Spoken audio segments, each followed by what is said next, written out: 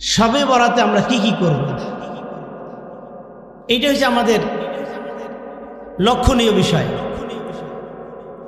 রাসূল সাল্লাল্লাহু আলাইহি ওয়াসাল্লাম এই রাত্রিতে কি কি করছেন? আমার ভাইয়ারা, শবে বরাতে এই লাইলাতুন নিসফি মিন শাবান রাত্রি যখন চলে আসতো, রাসূল আকরাম সাল্লাল্লাহু আলাইহি ওয়াসাল্লাম এই রাত্রিতে ঘুমাইতেন না। এই রাত্রিতে ঘুমাইতেন না। একদা রাসূল আকরাম সাল্লাল্লাহু আলাইহি ওয়াসাল্লাম ইশার নামাজের পরে মা আয়েশা সিদ্দিকা রাদিয়াল্লাহু তাআলা আনহার ঘরে এসে একটু তার পাশে শুইলেন। তন্দ্রাও চলে আসলেন। আয়েশা সিদ্দিকা রাদিয়াল্লাহু তাআলা আনহা সহ রাসূল এত কাছাকাছি ছিলেন, রাসূল সাল্লাল্লাহু আলাইহি ওয়াসাল্লামের চাদর মুবারক আয়েশা সিদ্দিকা রাদিয়াল্লাহু তাআলা আনহার পিঠের নিচে পড়ে গেলেন। কিছুক্ষণ পর রাসূল সাল্লাল্লাহু আলাইহি ওয়াসাল্লাম জাগ্রত হলেন। খুব আস্তে আস্তে জাগলেন যেন আয়েশার ঘুম নষ্ট না হয়।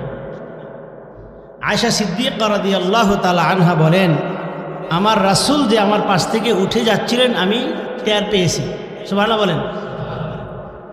টের পেয়েছি রাসূল যে তার চাদর মোবারক টান দিলেন, আমার পিঠের নিচে পড়ে যাওয়ায় তিনি চাদরটা আর নিলেন না। কারণ টান দিলে যদি আমার ঘুম ভেঙে যায়, এখন কত সতর্ক। তার মানে এখান থেকে আরেকটা শিক্ষা, কোনো ইবাদত যদি করতে যান আপনি কারো ঘুম নষ্ট করার অধিকার আপনার নাই। ওই ঘুমটাও তার ইবাদত। কারণ রাসূল সাল্লাল্লাহু আলাইহি ওয়াসাল্লাম এক হাদিসে বলছেন, কেউ যদি ঈশার নামাজ পড়ে জামাতের সাথে পড়ে ঘুমিয়ে যায় আর ফজর নামাজ যদি আবার উঠে পড়ে, আল্লাহ রাব্বুল আলামিন তার আমলনামায় সারা রাত কিয়ামুল লাইলের সওয়াব লিখে দেন। তাহলে ঘুমটাও কি ইবাদত।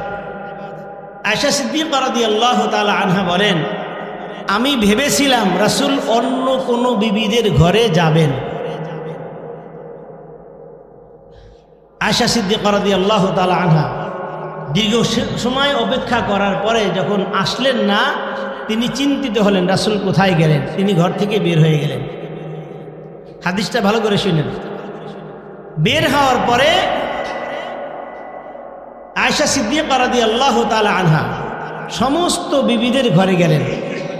গিয়া জিজ্ঞাসা করলেন, রাসূল সাল্লাল্লাহু আলাইহি ওয়াসাল্লাম কি আপনাদের ঘরে আসছেন? সকলেই চিন্তিত হয়ে গেলেন, না উনি তো আসেন নাই। আল্লাহর হাবিব সাল্লাল্লাহু আলাইহি ওয়াসাল্লাম মা ফাতেমা রাদিয়াল্লাহু তাআলা আনহার ঘরে গেলেন। সেখানে দরজায় নক করলেন, জিজ্ঞেস করলেন, ফাতেমা রাদিয়াল্লাহু আনহাকে জিজ্ঞাসা করলেন, রাসূল সাল্লাল্লাহু আলাইহি ওয়াসাল্লাম কি তোমাদের ঘরে আসছেন? বলছে না। তারাও চিন্তিত হয়ে গেলেন। আলী রাদিয়াল্লাহু আনহু বের হয়ে গেলেন, হাসান হুসাইন সবাই বের হয়ে গেলেন। খুব খেয়াল করবেন এখানে আমলটা কি। আমার ভাইয়েরা, রাসূল সাল্লাল্লাহু আলাইহি ওয়াসাল্লামকে কোথাও খুঁজে পেলেন না। আলী রাদিয়াল্লাহু তাআলা আনহু বললেন, চিন্তার কোনো কারণ নাই, হয়তো রাসূল সাল্লাল্লাহু আলাইহি ওয়াসাল্লাম মসজিদে নববীতে চলে গেছে। সকলেই মসজিদে নববীতে খোঁজ করলো, সেখানেও পেলেন না। আলী রাদিয়াল্লাহু আনহু বুঝে ফেললেন রাসূল সাল্লাল্লাহু আলাইহি ওয়াসাল্লাম হয়তো মাকবারায়ে জান্নাতুল বাকিতে চলে গেছেন। আমার ভাইয়েরা, এই সন্দেহ করে আয়েশা সিদ্দিকা রাদিয়াল্লাহু তাআলা আনহা, আলী রাদিয়াল্লাহু তাআলা আনহু, ফাতেমা রাদিয়াল্লাহু তাআলা আনহা, হাসান হুসাইন সকলেই জান্নাতুল বাকিতে চলে গেলেন। জান্নাতুল বাকির সামনে গিয়ে দেখেন পুরা জান্নাতুল বাকি কবরস্থান নূরে মুনাওয়ার হয়ে গেছে। জোরে বলি সুবহানাল্লাহ। আসমান থেকে নূরের রোশনি জান্নাতুল বাকির মধ্যে পড়েছে এবং রাসূল সাল্লাল্লাহু আলাইহি ওয়াসাল্লামের চেহারার এই নূরে পুরা জান্নাতের বাগান আলোকিত হয়ে গেছে। সকলে জানতে বাকি রইল না, অবশ্যই অবশ্যই রাসূল সাল্লাল্লাহু আলাইহি ওয়াসাল্লাম জান্নাতুল বাকিতে আছে। এই চিন্তা করে ভিতরে ঢুকলেন, গিয়ে দেখেন রাসূল সাল্লাল্লাহু আলাইহি ওয়াসাল্লাম গভীর রজনীতে জান্নাতুল বাকিতে রাসূল সাল্লাল্লাহু আলাইহি ওয়াসাল্লাম দাঁড়িয়ে দুই হাত আসমানের দিকে তুলে, হাদিসের মধ্যে আসছে এমনভাবে আসমানের মধ্যে উপরে রাসূল সাল্লাল্লাহু আলাইহি ওয়াসাল্লাম হাত মোবারক উঠাইলেন।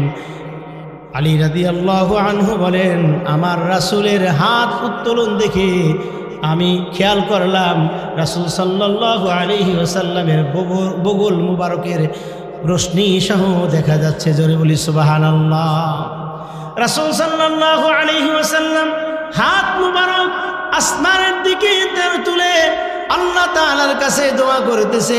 জান্নাতুল বাকির মধ্যে যারা আছে তাদের জন্য দোয়া করতেছে, সাহাবীদের জন্য দোয়া করতেছে, শহীদদের জন্য দোয়া করতেছে। আর আল্লাহ রব্বুল আলামিনকে বলতেছে, রব্বুল আলামিন আপনি তো বলেছেন এই রাত্রিতে অসংখ্য অগণিত অনেক লোককে জাহান্নাম থেকে মুক্তি দিয়ে দিবেন। রব্বুল আলামিন আমার উম্মতদেরকেও এই রাত্রির উসিলায় তুমি মাফ করে দাও। তাহলে এখান থেকে একটা আমল পাওয়া গেল, লাইলাতুন নিসফি মিন শাবানের এই অর্ধ রজনীতে কবর জিয়ারতের একটা সুন্নত আমল আছে, ঠিক কিনা বলেন? তবে দল বান্ধা না। আমরা তো একবারে গাড়ি ঘুরে হাঁকাই, একবার আজিমপুরে এমন অবস্থা, সেখানে মনে হয় যে উৎসব, কবর জিয়ারত করবে। মানুষ কবরের কাছে যায় কেন? তার হৃদয়টা নরম হবে। মৃত্যু মানুষ দেখলে, কবরস্থান দেখলে তার দিলটা নরম হয়ে যাবে, আর সেখানে গেলে উৎসবের কথা মনে পড়ে, এমন একটা অবস্থা হয়ে যায়। যদি এমন হয় তাহলে না যাওয়াটাই উত্তম। আপনি যেখানে আছেন এখান থেকেই দোয়া করেন, কোনো সমস্যা নাই।